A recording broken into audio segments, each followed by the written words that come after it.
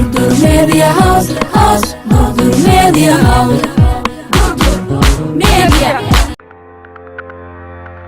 qisada laga sameeyay heestii cafis ee uu ku luuqeeyay alfanaan qadar keeyow heestani waxa uu ka sameeyay abwaan cumar barqab qiso dhab ah oo ku dhacday qadar keeyow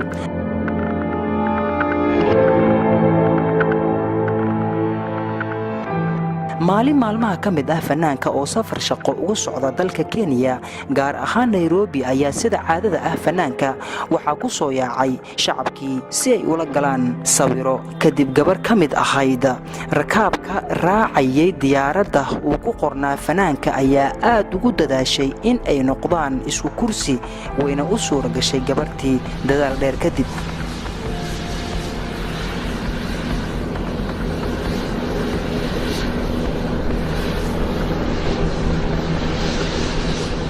markii uu fadhiistay fanaanka daaqada loo yaqaano exit-ka oo haddii ay halis dhacdo loogu talagalay in laga badbaadiyo rakaabka waxaa la fadhiistay oday da' ah oo loo waday caafimaad kadib waxa uu imaaday gabartii ka shaqaynaysay diyaaradda oo ku tiri adeer raali noqo kursi kale oo fiican ayaan ku siinayaa kan looma ogola qof da' ah ee raali noqo kadib gabartii ayaa ku tiri abaayo halkan soo fadhiiso adeer sidii ayaa loogu kala bedelay gabadhiina sidaas ayay ku heshay kursigii qadar keeyow ku dheganaa intaas kadib ayay isa salaameen qadar keeyow iyo gabartii oo ay isbarteen barasho kadib ayaa gabartii qadar ugu warantay si faahfaahsan nolosheeda maadaama ay wax badan jecleed in ay la kulanto fanaanka laakiin aysan u suura galin waxayna sheegtay in 10 bilood shaqo u joogtay Muqdisho kana shaqayso mid ka mid ah hay'adaha samafalka ee ka howlgala magaalada Muqdisho gurina ay wada degan yihiin 3 gabdhood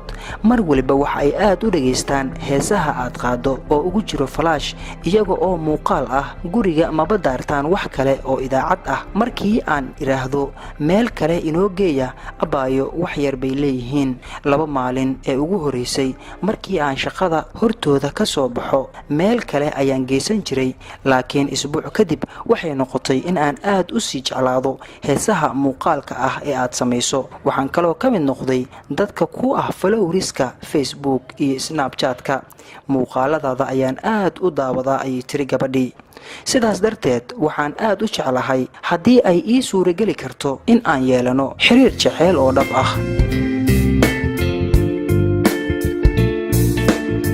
qadar keeyow maadaama ay wax badan u sharaxday gabadha Soomaaliyeed uu ka aqbalay waxa ay kala qaateen telefoon WhatsApp number ku shaqeeya wax badan ay jecleed gabartii in ay waqti ku wada qaataan magaalada Nairobi laakiin uma aysan suur galin isbuuc ay soo aaday tababar Nairobi ah ayuu ahaa dib ayayna ugu laabatay Muqdisho iyo shaqadeedii kadib ayay ku aragtay show uu ku qabanayo Nairobi 14 Febraayo ama maalinta loo dabaaldego maalinta jaceylka gabartii ticket ayay ka soo jaratay Muqdisho si ay 2 maalin oo fasax shaqada ay ka tahay uga mid noqoto dadka daawanaya showga ayna isku dayday in ay showga gudihiisii ku guddoonsiiso fiyooro casaan ah way u suura gashay in ay ku guddoonsiiso showgii dhexdiisa fiyoorihii casaanka ahaa laakiin nasiib xumo markii ay guddoonsiisay fiyooraha ma uusan fahmin in ay tahay gabartii ay diyaaradda isu soo barteen intaas kadib wax badan ayay ugu soo qortay WhatsApp numberka fariimo tiro badan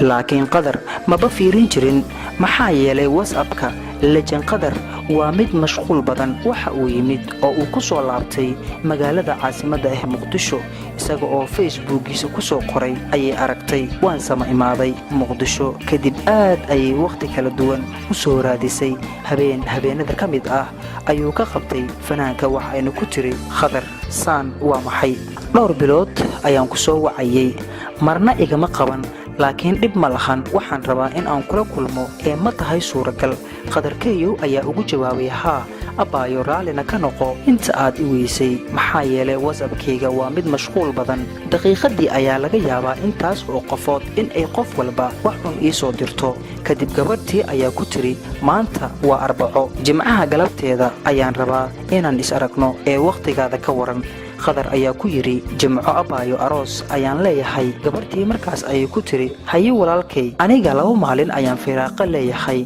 isbuucii, jimco iyo sabti. ee sabtida ka waran firaaqadaada? markaas ayuu ku yidhi sabti abaayo asxaab ayaan ku wada balannay in aan isku raacno xeebta jasiira, ee mana raaci kartaa walaasheediyey? gabartii ayaa ku jawaabtay haa, aniga weligay ma aan tegin, ee ma soo kaxaysan karaa 3 gabdhood oo ila degan, xitaa gaari waan heli karnaa oo wiil saaxiibtay ay saaxiibo yihiin ayaa ina kaxayn karo. waayahay ayuu ku yidhi qadarkeeyow, 4 saac oo subaxnimo ama 10 barqanimo isu daya inaad taagnaataan kilomitir 4 ayuu yidhi.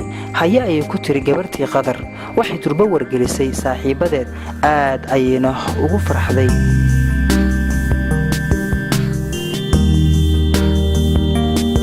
sabtidii ayaa la gaaray, dhammaanna waa ay iswada heleen iyaga oo 3 gaari wata. qadar waxa uu ka codsaday saaxiibadiisa in gabartan isaga martida u ah islamarkaana uusan mar qura uusan arkin, ha yeeshee danaynaysa in uu rabo in gaarigooda uu raaco. ha yeeshee gabartii gaarigeeda ayuu qadar raacay, saaxiibadiisna sidaas ayay ugu oggolaadeen. gabartii waxay bartay asxaabteeda, waxay u sheegtay in ay doonayso in qadar ay xiriir yeeshaan, isagana uu ka aqbalay. asxaabtii oo ku wada faraxsan ayaa gaariga la wada saaran yahay, waxaana loo socdaa jasiira. qadar iyo gabadhii hore maynan isku arkin, waa la isku cusub yahay oo maxaa dhici doona. barasho kadib waxaa la gaaray xeebtii quruxda badneed ee loo aaday in wakhti iyo waaye lagu soo wada qaato. qadar gabartii ayuu xeebta quruxda badneed ee jasiira ku soo dabaalsiiyey, iyada oo aad iyo aad uga baqaysay biyaha.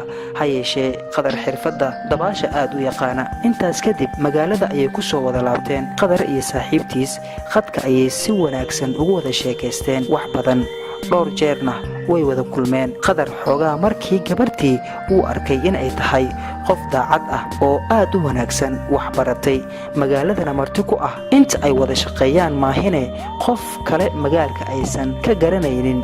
waalidiinteeda iyo walaalaheeda dhammaanna ay ku nool yihiin dalka Kenya oo iyadana ku dhalatay. intaasi kadib ayaa qadar wiil ka mid ah taageerayaashiisii aadna u jeclaa goor waliba, maadaama uusan lahayn gaari uu geemka qadarkeeyo uu ku aado. waa uu soo mari jiray, islamarkaana soo wada aadi jireen, kuna soo celin jiray guriga, maadaama uusan isaga u badnayn meelaha dadweynaha ay isugu yimaadaan, maqaaxiyaha iyo meelaha la midka ah. gurigiisa ayuu ku soo laabtaa maalin kasto. saaxiibkiis xoogaa ayuu la joogaa qadar gurigiisa si ay shaax rinji ah ay uga wada cabaan. xilli walba qadarkeeyo uu ka yimaado geemka waxaa caado u ahayd in shaax rinji ah uu gurigiisa ku cabo loona diyaariyo. saaxiibkiis ayaa dhowr jeer la kulmay qadar oo la hadlaya gabartan. qadarna waxa uu u sheegay saaxiibkiis gabartan inay tahay gabar ka shaqayso Muqdisho, martina ku ah, wax balwad ahna aysan lahayn, sharaf badan iyo cibaado badan.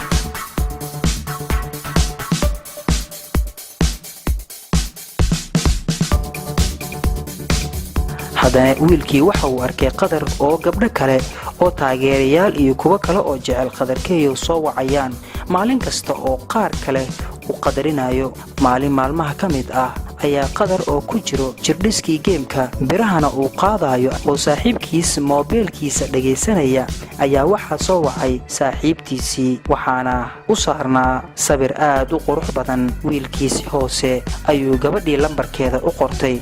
qadar ayuu si kaftan ah waxa uu ku yidhi, qadarow waxaa ku soo wacday saaxiibtaadii.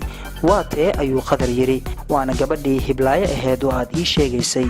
okey ayuu qadar yidhi, xilli dambe oo aan wakhti helo ayaan wici doonaa. maalinkii labaad ayaa wiilkii qadar si sarbeeb ah ku yidhi, maad gabartan guursatid? markaas ayuu qadar ku jawaabay, saaxiib aniga hadda guur diyaarumayhi. intaasi kadib qadar safar baa soo galay oo uu u safraayo dalka Malaysia si uu ugu qabto show halkaas, maadaama uu tagay meel ku cusub iyo saaxiibo ku cusub iyo dal ku cusub, iyo in uu ka fikiro qaabkii uu ku dhici lahaa showgiisii. gabartii ayaa wax badan soo raadisay, laakiin ma aysan ishaleelin, marna kaa qodan taleefonka. showgii ayaa dhammaaday. qadar dalxiis ayaa loo waday 10 cisho oo isla wadanka Malaysia ah, waxaana la socday asxaabtiisii. qadar wuxuu isaga mashquulay saaxiibadiisii iyo damaashaadkii dalka Malaysia. wax warqabna kama hayo inantan wicitaankeeda ku soo laalaabanaya. markii uu sii maqan yahay bil, qadarkeeyona uu uu aaday Malaysia ayaa gabartii waxaa wacay wiilkii maalqabeenka ahaa carwo weynna ku leh magaalada Muqdisho. wuu isku sheegay xitaa sidii uu nambarkeedii ku helay in uu kala baxay telefoonka Qadar. amaanteeda uu u sheegay Qadar darteedna uu ku jeclaaday maadaama uu ii sheegay in aad tahay guurdoon aanna ogahay in waqtiga uu ka luminayo maahine in uusan waqtigan Qadar wax isugu aadaneen diyaarna u ahayn guurkaada. la yaab iyo fajac kadib wiilkii waxa uu u diray sawiro badan isaga oo jooga goobtiisa shaqo. wuxuu ka codsaday inay soo booqato hal mar way ka aqbashay. iyada iyo saaxiibadeed ayaa waxay ugu yimaadeen carwadii. kadib gabartii waxay aragtay in uu macquul yahay qof wax heestana uu yahay waxayna u safartay Kenya si ay u soo booqato qoyskeedii. wiilkii ganacsadaha ahaa ayaa wacay gabartii wuxuuna ku yiri waxaan u socdaa 15 bisha Dubai si aan ugu soo adeego carwada ee inta aanan aadin ma ku soo wada qaadanaa magaalada Mombasa hal isbuuc si aan wax badan ugu wada hadalno. ha ayay ku tiri inantii jeclayd Keyo. wiilkii Nairobi ayuu tagay safar ayayna wada galeen si ay dalxiis ugu aadaan Mombasa. way soo dalxiiseen gabadhii oo Qadar ku dhagan oo sida meel walba uu ninkii ugu marayay ayuu ogoleysiiyay guurka. way heshiiyeen reerkeedii ayay u geysay gabartii kadibna way ballameen goorta uu dhacayo guurkood iyo wixii ay sheegtay gabarta uu siinayo.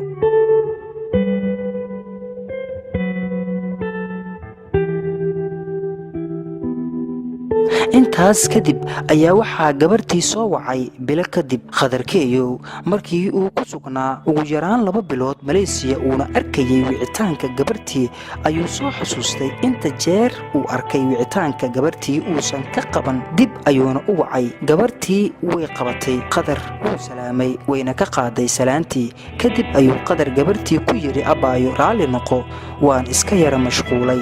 inantii ayaa ku tiri dhib ma lahan aboowe waa iska adduunyo ee ka waran xaalkaaga ayay ku tiri. Qadar ayaa ku jawaabay waan fiicanahay maalmahan dhan niyada daqiiqad kama baxaysid ayuu yiri Qadar. kadib ayay tiri walaal waad mahadsan tahay oo yara mashquul ayaan ahay. Qadar markaasi kadib wuxuu galay bedelkeedii wuu soo wacaa